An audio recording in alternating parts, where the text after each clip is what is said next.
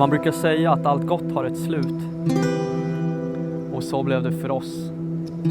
Rejält.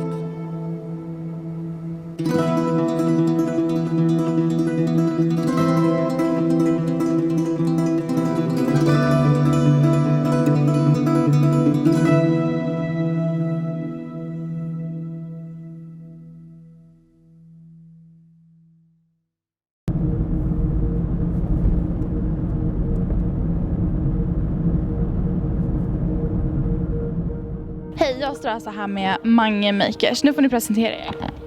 DJ Peter. Dansmax. Sång-Didde. Beatbox Max.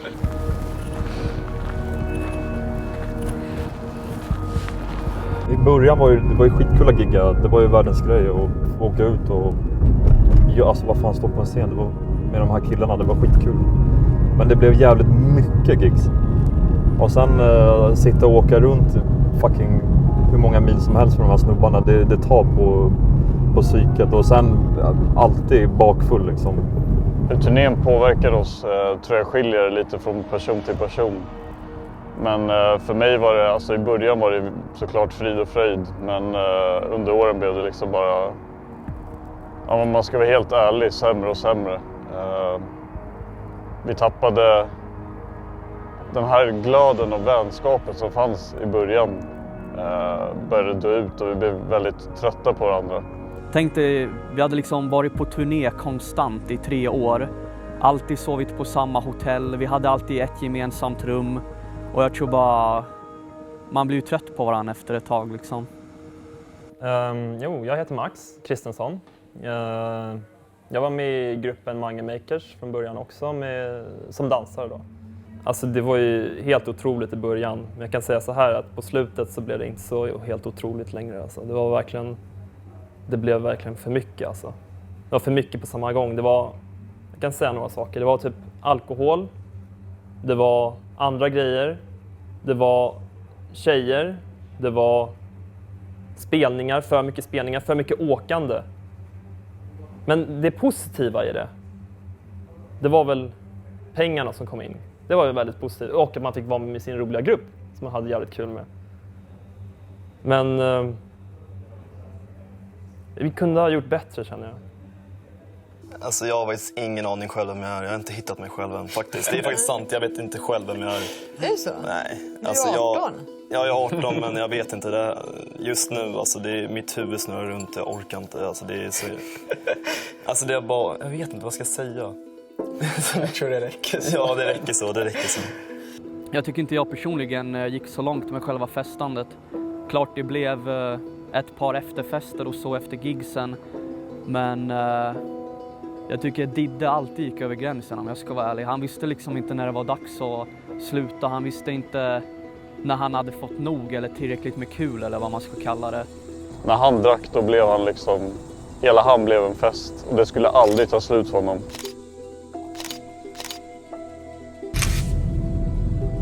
Ja, jag fattar ju alltså, om de har sagt det så tycker de det. Men alla festade jättemycket. Alltså. Det var ju för fan fest hos Mange. Alltså. Du är inte värd en enda kron. Med ditt beteende så kommer du förlor. Och du kan lika gärna flytta hem till mor. Finns ingen här som din CD går. Du är inte värd en enda kron. Med ditt beteende så kommer du förlor. Vad tycker du om Mange Makers då?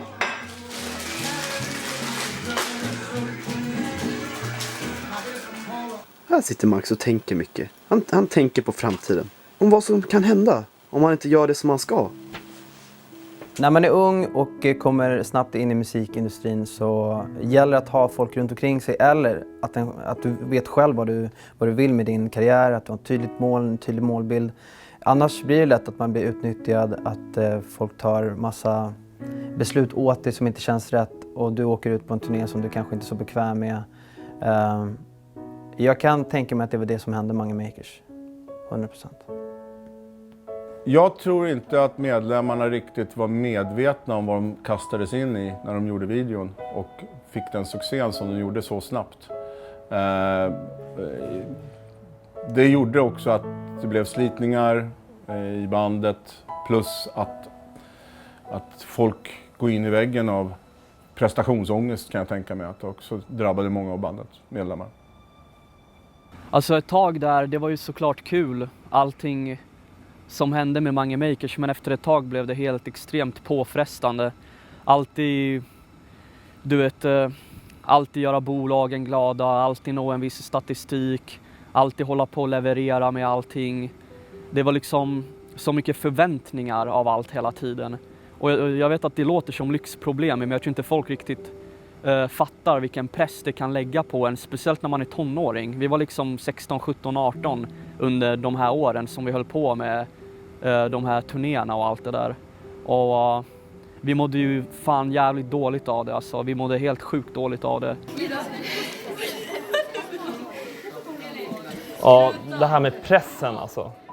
Alltså pressen på en själv. Det blev alltså fan för mycket alltså. Det blev väldigt för mycket. Alltså det var saker man var tvungen att göra från liksom skivbolag. Man var tvungen att göra från andra i gruppen. Man var tvungen att göra av liksom andra från de som försökte bestämma över oss. Och det blev lite för mycket alltså. Men sen tänker man ju så här att man fick ju hjälp av dem ändå. Men ändå inte. Hur skulle det varit om det bara var vi liksom? Det undrar jag. Om det bara var vi hela tiden och vi körde på och var våra egna managers, typ. Det undrar jag. Det kanske skulle bli bättre eller sämre, man vet aldrig alltså. Och det här med pengar också. Det är så jävla osoft att gå in på och prata om pengar, men vi delade allt jämt. Vilket vi såklart har insett idag i vuxnare tider var helt efterblivet med tanke på att jag klippte musikvideorna, jag redigerade coverarten, producerade låtarna och allting. Och jag fick aldrig ett katt för det. Och sen kanske Max dansade och gjorde andra grejer, men det är inte så att vi belönade honom för det. Och, alltså vi belönade inte varann för vad personen liksom gjorde i bandet, utan vi kände bara att vi delar 4, vi delar jämnt. Peter var den första som lämnade Mange Makers. Och varför han gjorde det tror jag är rätt simpelt egentligen. Det jag tror, och jag tror att alla andra tror det också, det var att Peter var den mest drivna och seriösa killen i gruppen. Han såg det mest som ett jobb, vi andra såg det bara som nästintill bara en rolig grej liksom. Jag tror han inte orkade med oss längre. Vi var så oseriösa och jag förstår hans val till 100%. Han berättade för oss när vi satt i bilen någon gång och då sa han, killar, jag vill inte göra det här längre. Jag vill hoppa av Mange Makers liksom. Och det var det var svårt alltså. Då var vi bara 3 kvar alltså. Men vi fortsatte vi andra och sen märkte jag att Dans-Max han började liksom, det började ta hårt på han det här efter alla år och i Göteborg så kollapsade han, alltså han svimmade innan vi skulle upp och gigga. Jag ramlade helt ihop alltså. Jag kunde knappt andas eller någonting. Jag vet inte, mitt hjärta slog, allting var helt... Jag trodde ju någon hade förgiftat mig inne på någon så här bar eller något. Hade lagt någonting, för man visste att de gjorde det någon annanstans liksom. Men i alla fall. Och det gjorde mig, alltså jag vet fan alltså, det var helt sjukt alltså. Sen efter det var det han behövde vila alltså. Så det var då blev det bara, för Max kunde inte fortsätta längre alltså. Det fanns inget alternativ. Och då körde jag och Max, Beatbox Max, vi körde på och bara giggade. Vi släppte inga låtar eller någonting, vi bara åkte runt och giggade liksom.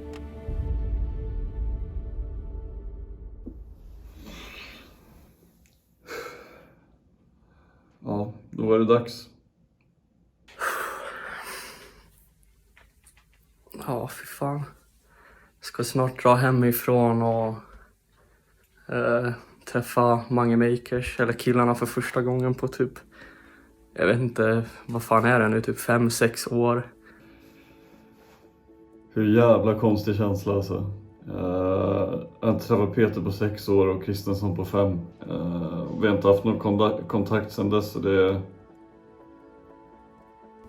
Jag tror att det kommer vara jävligt konstig stämning i början, men sen tror jag att vi kommer tycka att det är jäkligt kul att träffas. Men jag får se. Jag har ingen aning.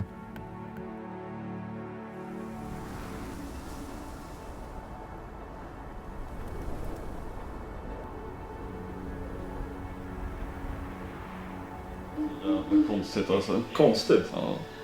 På vilket sätt? Alla möjliga. Det blir kul att träffas igen. Det är jävligt spänt. Ja, det var så länge sedan. Och länge sedan. Jag vet inte vad jag ska säga. Eller vad vi ska prata om. Ja, nu sitter vi här. Nu ska vi träffas första gången på hela gänget på, jag vet inte hur länge alltså. Det är så jävla konstigt att filma här också. Alltså. Ja, det är jättekonstigt. Tjena. Tjena grabbar. Hur är läget? Nej, det är fan bra. Länge sedan. Det var länge sedan. Sjukt att se det. Shit, riktigt jävla sjukt. Ja. Jävlar, det var fan 100 år sedan. Ja, jag vet. 6 år. Ja, typ 6 år sedan. 5-6 år sedan. Fan, jävla konstigt det här är. Det är jättekonstigt.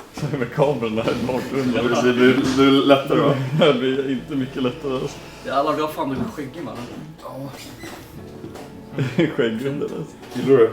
Nej. Ja, hur mår ni? Eller hur mår du? Hur mår ni? Jag mår bra, tror jag. Det är inget fel. Det är bara mycket med min familj. Mm. Du då, Max? Jag mår bra. Det är mycket med jobbet. Det är bara slivigt på jobbet liksom. Mycket att göra. Jävligt många datorer som lämnas in under corona. Så det är det så? Ja, det är knas på jobbet alltså. Fan, det känns helt sjukt att ha träffat dem nu. Det har fan gått 6 långa jävla år och det känns så här surrealistiskt att ha fått träffa dem nu. På riktigt. Det känns riktigt konstigt. Nej, jag bor i Örebro. Eller flyttar från Stockholm till Örebro. Sen har jag hunnit skaffa fru och barn. Mm. Så det är mitt liv just nu. Men producerar mycket musik också. Fortfarande. Att Max hade skaffat fru och barn, det kom som en jävla chock för mig. För att som jag minns Max så var han den här liksom spralliga, glada snubben. Helt galen. Det kändes inte som han skulle skaffa barn först någonsin. Alltså det var det sista jag trodde skulle hända. Så det var jävligt sjukt. Nu så här många år senare när man kollar tillbaka på allting vi upplevde. Man inser hur konstigt det var typ. Alla gigs, alla konstiga evenemang. Alla olika grejer man var tvungen att gå på. Har ni någonsin så här tittat tillbaks på så här? Ja. Jag får minnen hela tiden alltså. Men det händer så mycket på så kort tid så det är som en smet, typ ett fragment typ nästan bara. Ja. Det känns som tiden gick hur fort som helst just under den tiden. Sen efter när vi la ner så känns det som att tiden har gått mycket långsammare. Efter träffen på kaféet så det kändes lite som man hade varit hos psykologen på ett sätt. Det kändes som en tung börda släppte. Man har alltid tänkt så här, kommer vi någonsin träffas igen allihopa? Och så gjorde vi det nu så det var asskönt. Och jag fick en asbra känsla liksom från allihopa. Nu när vi har träffats, jag hoppas det öppnar upp möjligheterna ändå så här ses igen och göra musik och sådana grejer. För det var så jävla kul när vi hade Mange Makers förr. Hoppas det här ändå gör att vi kan liksom återförenas igen. Det är en bra start.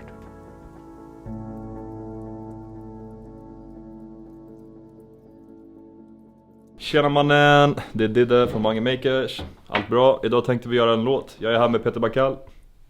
Vad är vår mikrofon då? Va? Vad är det? Max, jag håller på att spela in här, en cool grej liksom. Som du ser, det är likadant som förut. Ingen tar någonting på allvar. Och jag joinar in! Okej, så efter kaféet så sågs vi igen. Jag, Peter och Didde. Och gjorde en låt ihop. Och snart är Max på G in. Han ska komma när som helst. Så ska han få höra nya låten. Vad händer? Det är Max. Max har kommit hälsa på dig. Tjena Max! Hej! Och lilla barnet. Ja, hej, Cherie. Kom in. Ja, ska vi bara gå in här? Ja, kom. Ja, nu går vi in. Hur är läget? Är det bra? Själv? Det är bra. Ja. Vad är det lilla tjej? Ja, här är lilla Cherie. Hej. Här är Amanda. Hej Amanda. Hur gammal är hon? Hon är 7 månader nu. 7 månader alltså. Ja. Tänk att det där är ert barn alltså. Ja, det är vårt barn. Det är helt galet. Oj. Så Cherie. Ja! Ja! Ska vi gå in här? Ja, kom, kolla studion. Ja, kolla studion. Är det här ni brukar jobba eller? Ja, exakt. Oj. Oj, nice studio. Gillar du den? Oh shit vad nice. Dyn audio också, stora typ 12 eller 10. Bara jag som får sitta i den här stolen. Men vi kör lite låtar. Så vi får se vad du tycker. Du får vara ärlig nu, Max. Ja, jag är ärlig. Jag är 100%. Jävlar. Ja. Jag tyckte det var jättebra. Ja, jag tycker också det. Det var jättebra. Det var bra drag också. Ja. Bra Mange Makers drag. Det är Mange-känsla i den, va? Ja, det var Mange-känsla i den. Det tycker jag. Sheriff? Ja, Sheriff, vad tycker du? Jag blir trött. Inte tillräckligt hårt. Nej, måste ha hardstyle. Ja. Men fan kul att du har hört det här nu. Ja, jag tycker den var jättebra. Jag hoppas verkligen att ni lyckas med det här. Ja. Ser fram emot ert framtagande. Det var spännande alltså. Ja. Och det var kul att ni fick träffa Cherie och min fru Amanda också. Ja, det var fan kul. La la la la la la la. Cherie är en duktig flicka, ja! Ha det bra. Ja, ha det bra. Vi hörs och ses alltså. Ja, hejdå. Ja, vi hörs snart. Ha det bra. Ha det bra. Fan, jag är fan fett glad att Max gillade det. Jag var fan fett nervös. Man vet aldrig vad folk ska säga. Det var kul att han gav sin, det var lite den där blessingen. Ja, precis. Stämpeln, du vet. Är vi redo att göra ett helt album nu? Ja, jag tycker vi provar. Det kommer antagligen gå åt helvete. Det är ett jävla projekt, bara så ni vet. Alltså. Det kommer ta tid, men... Jag förstår inte om vi lyckas säga en låt per år och nu ska vi ha ett album. Fan, kom igen, vi gör ett album, vi kör bara. Okej, vi kör, ärligt. Vi kör. Det här kommer gå åt helvete, det vet ni. Fan!